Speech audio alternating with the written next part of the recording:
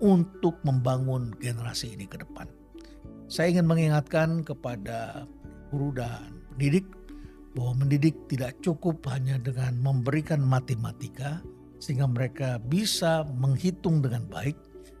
Tidak cukup hanya dengan memberikan ilmu pengetahuan fisika, kimia, ilmu sosial, sejarah dan lain sebagainya.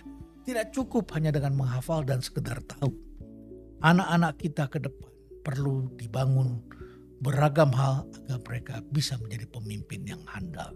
Dan untuk menjadi pemimpin yang handal itulah di dalam dunia pendidikan kita mengenal satu konsep, dan ini penting sekali, yang disebut sebagai the executive functioning. Jadi setiap orang itu akan menjadi eksekutif. Eksekutif itu bisa menjadi guru, lurah, pegawai negeri, menjadi pegawai swasta, menjadi tukang sapu, menjadi buruh bangunan, menjadi buruh yang bekerja di pabrik. Semua adalah eksekutif. Orang yang bergerak, orang yang bekerja. Nah, orang yang bekerja ini harus memiliki suatu mental proses. Sekolah itu pada dasarnya adalah suatu aktivitas untuk membentuk mental proses. Mentalnya adanya di sini. Dan untuk itulah maka setiap siswa perlu dibangun kemampuan-kemampuan yang disebut executive functioning yang terdiri dari 3 hal. Yang pertama adalah working memory. Working memory itu seperti hard disk saudara lah. Kalau saudara punya microchip yang kapasitasnya rendah, dia mikirnya lama sekali, lemot sekali, mudah lupa, cepat hilang, kita masukin data sebentar hilang. Kemudian kita mau retrieve lama sekali. Kita memerlukan working memory yang terlatih.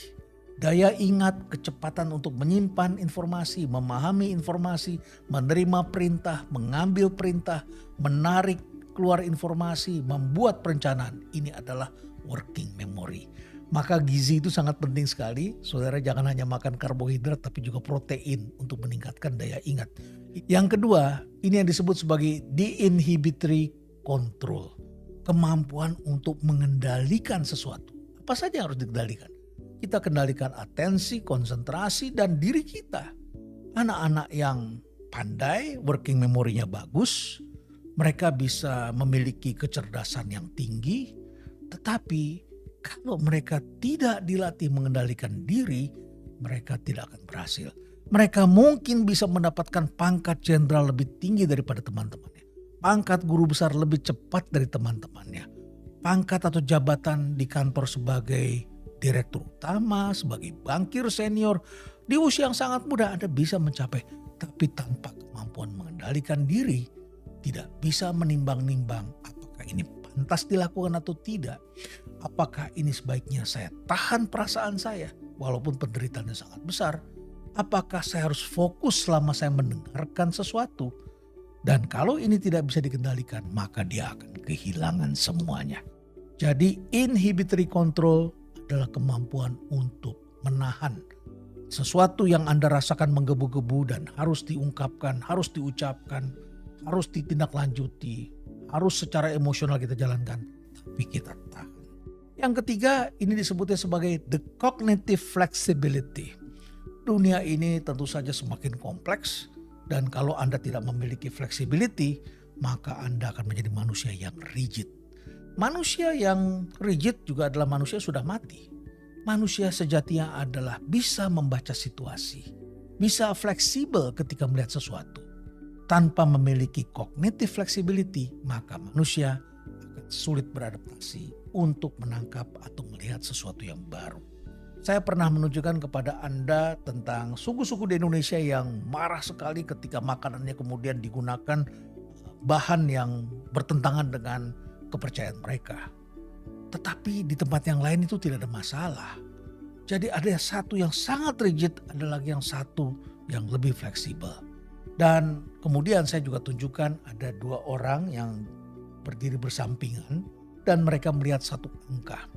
Yang di sebelah kiri mengatakan saya melihat angka 9. Tetapi yang di sini melihat angka 6. Bayangkan kalau 2 orang ini adalah 2 orang yang tidak memiliki cognitive flexibility. Dia akan ngotot, berkata keras, ini adalah 6. Yang di sini mengatakan ini adalah 9. Dan akhirnya berkelahilah mereka hanya karena ribut, yang satu bilang 6, yang satu bilang angka 9. Just because you are right, it doesn't mean that I am wrong.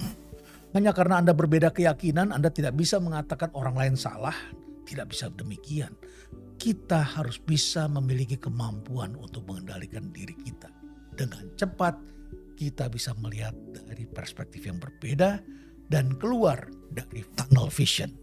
Karena orang-orang yang tidak memiliki cognitive flexibility adalah orang yang berada di dalam terowongan.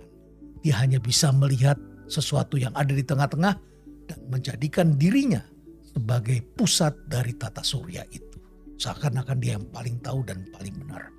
Padahal di luar terowongan ini masih ada kebenaran lain. Maka orang yang bijaksana memiliki cognitive flexibility. Orang yang cerdas memiliki working memory yang baik. Tapi manusia yang mempunyai kepemimpinan adalah manusia yang memiliki inhibitory control. Gabungan ketiganya akan melahirkan manusia hebat.